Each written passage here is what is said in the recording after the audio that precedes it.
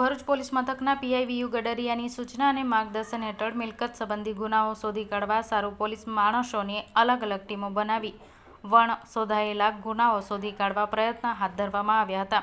જે અનુસંધાને PSI DA Jhala તેમજ ટીમ સાથે તેમના વિસ્તારમાં કામગીરી હતા.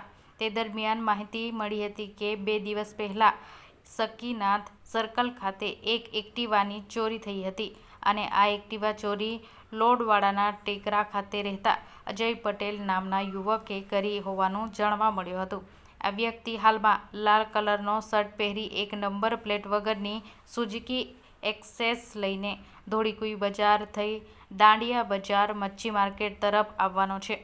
જેથી ટીમ તાત્કાલિક સ્થળ ઉપર પહોંચી દાંડિયા બજાર મચ્છી માર્કેટ નજીક વોચમાં રહી માહિતીવાળો વ્યક્તિ આવતા તેને રોકી તેનું નામ થામ પૂછતા અજય કમલેશભાઈ પટેલ રહે લોડવાડાના ટેકરો દાંડિયા બજાર હોવાનું જણાવ્યું હતું. તેને શક્તિનાથ સર્કલ ખાતેથી થયેલી ચોરી અંગે કડક પૂછતાછ કારણે તેને 5 દિવસ પહેલા શક્તિનાથ જલારામ ફૂડ કોર્ટ આગળથી એક કાળા કલરનું એક્ટિવા મોપેડ GJ16 CA 4670ની ચોરી કરી હોવાની કબૂલાત કરી હતી. પોલીસે તેની પાસેથી એક એક્સેસ મોપેડ ₹50,000 અને એક ચોરીની એક્ટિવા ₹25,000, મોબાઈલ ₹500 મળી કુલ ₹75,500નો મુદ્દામાલ કબજે કર્યો હતો.